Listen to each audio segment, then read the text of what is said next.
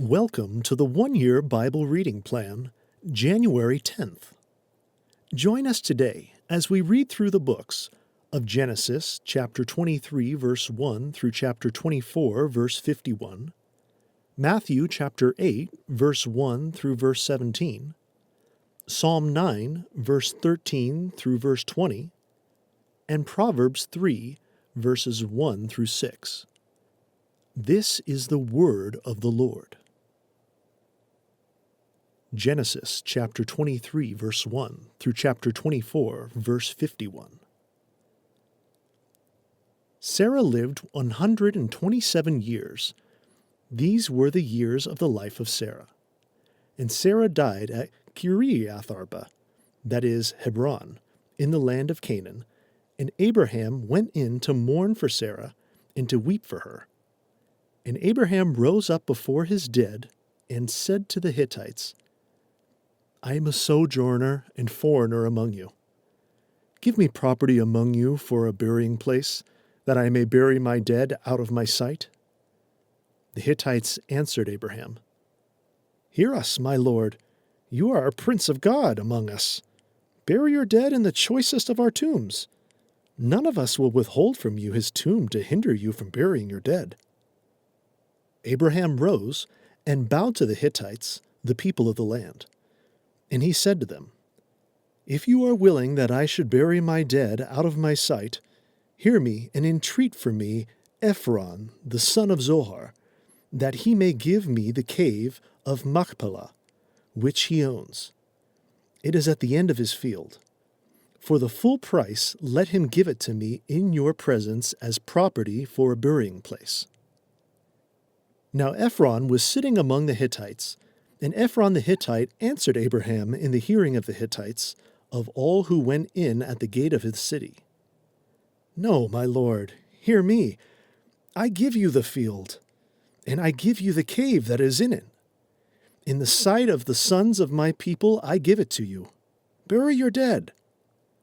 Then Abraham bowed down before the people of the land, and he said to Ephron, in the hearing of the people of the land, But if you will, hear me. I give the price of the field. Accept it from me, that I may bury my dead there. Ephron answered Abraham, My lord, listen to me. A piece of land worth 400 shekels of silver. What is that between you and me? Bury your dead. Abraham listened to Ephron, and Abraham weighed out Ephron the silver that he had named in the hearing of the Hittites, 400 shekels of silver, according to the weights current among the merchants. So the field of Ephron in Machpelah, which was to the east of Mamre, the field with the cave that was in it, and all the trees that were in the field, throughout its whole area, was made over to Abraham as a possession in the presence of the Hittites, before all who went in at the gate of his city. After this, Abraham buried Sarah his wife in the cave of the field of Machpelah, east of Mamre, that is Hebron, in the land of Canaan. The field and the cave that is in it were made over to Abraham as property for a burying place by the Hittites. Now Abraham was old, well advanced in years, and the Lord had blessed Abraham in all things. And Abraham said to his servant, the oldest of his household, who had charge over all that he had, Put your hand under my thigh, that I may make you swear by the Lord, the God of heaven and the God of earth, that you will not take a wife for my son from the daughters of the Canaanites among whom I dwell, but will go to my country and to my kindred, and take a wife for my son Isaac. The servant said to him, Perhaps the woman may not be willing to follow me to this land. Must I then take your son back to the land from which you came? Abraham said to him, See to it that you do not take my son back there. The Lord, the God of heaven, who took me from my father's house and from the land of my kindred, and who spoke to me and swore to me, To your offspring I will give this land, he will send his angel before you, and you shall take a wife for my son from there. But if the woman is not willing to follow you, then you will be free from this oath of mine. Only you must not take my son back there." So the servant put his hand under the thigh of Abraham his master, and swore to him concerning this matter. Then the servant took 10 of his master's camels and departed, taking all sorts of choice gifts from his master. And he arose and went to Mesopotamia, to the city of Nahor. And he made the camels kneel down outside the city by the well of water at the time of evening, the time when women go to draw water. And he said, "O Lord, God of my master Abraham, please grant me success today and show steadfast love to my master Abraham. Behold, I am standing by the spring of water, and the daughters of men of the city are coming out to draw water. Let the young woman to whom I shall say, 'Please let me down your jar that I may drink,' and who shall say, 'Drink, and I will water your camels,' let her be the one whom you have appointed for your servant Isaac. By this I shall know that you have sworn steadfast love to my master." Before he had finished speaking, behold, Rebekah, who was born to Bethuel, the son of Milcah, the wife of Nahor, Abraham's brother, came out with her water jar on her shoulder. The young woman was very attractive in appearance, a maiden whom no man had known. She went down to the spring and filled her jar and came up. Then the servant ran to meet her and said, "Please give me a little water to drink from your jar." She said, "Drink, my lord." And she quickly let down her jar upon her hand and gave him a drink. When she had finished giving him a drink, she said, "I will draw water for your camels also, until they have finished drinking." So she quickly emptied her jar into the trough and ran again to the well to draw water, and she drew for all his camels. The man gazed at her in silence to learn whether the Lord had prospered his journey or not. When the camels had finished drinking, the man took a gold ring weighing 1/2 shekel, and 2 bracelets for her arms weighing 10 gold shekels, and said, "Please tell me whose daughter you are. Is there room in your father's house for us to spend the night?" She said to him, "I am the daughter of Bethuel, the son of Milcah, who she bore to Nahor." She added, "We have plenty of both straw and fodder and room to spend the night." The man bowed his head and worshipped the Lord and said, "Blessed be the Lord, the God of my master Abraham, who has not forsaken his steadfast love and his faithfulness towards my master. As for me, the Lord has led me in the way to the house of my master's kinsman." Then the young woman ran and told her mother's household about these things. Rebekah had a brother whose name was Laban. Laban ran out toward the man to the spring. As soon as he saw the ring and the bracelets on his sister's arms, and heard the words of Rebekah his sister, "Thus the man spoke to me," he went to the man, and behold, he was standing by the camels at the spring. He said, "Come in, O blessed of the Lord. Why do you stand outside? For I have prepared the house and a place for the camels."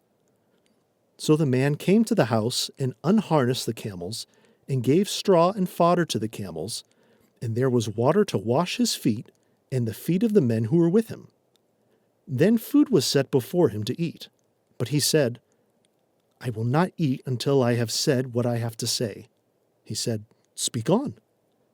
Then he said, "I am Abraham's servant. The Lord has greatly blessed my master, and he has become great. He has given him flocks and herds, silver and gold, male servants and female servants, camels and donkeys. And Sarah, my master's wife, bore a son to my master when she was old, and to him he has given all that he has. My master made me swear, saying, 'You shall not take a wife for my son from the daughters of the Canaanites, in whose land I dwell. But you shall go to my father's house and to my clan, and take a wife for my son." I said to my master, "Perhaps the woman will not follow me." But he said to me, "The Lord, before whom I have walked, will send his angel with you and prosper your way. You shall take a wife for my son from my clan and from my father's house. Then you will be free from my oath when you come to my clan. And if they will not give her to you, you will be free from my oath." I came today to the spring and said, "O Lord, the God of my master Abraham, if now you are prospering the way that I go, behold, I am standing by the spring of water. Let the virgin who comes out to draw water, to whom I shall say, 'Please give me a little water from your jar to drink,' and who will say to me, 'Drink, and I will draw for your camels also,' let her be the woman whom the Lord has appointed for my master's son." Before I had finished speaking in my heart, behold, Rebekah came out with her water jar on her shoulder, and she went down to the spring and drew water. I said to her, "Please let me drink." She quickly let down her jar from her shoulder and said, "Drink, and I will give your camels drink also." So I drank, and she gave the camels drink also. Then I asked her, "Whose daughter are you?" She said, "The daughter of Bethuel, Nahor's son, whom Milcah bore to him." So I put the ring on her nose and the bracelets on her arms.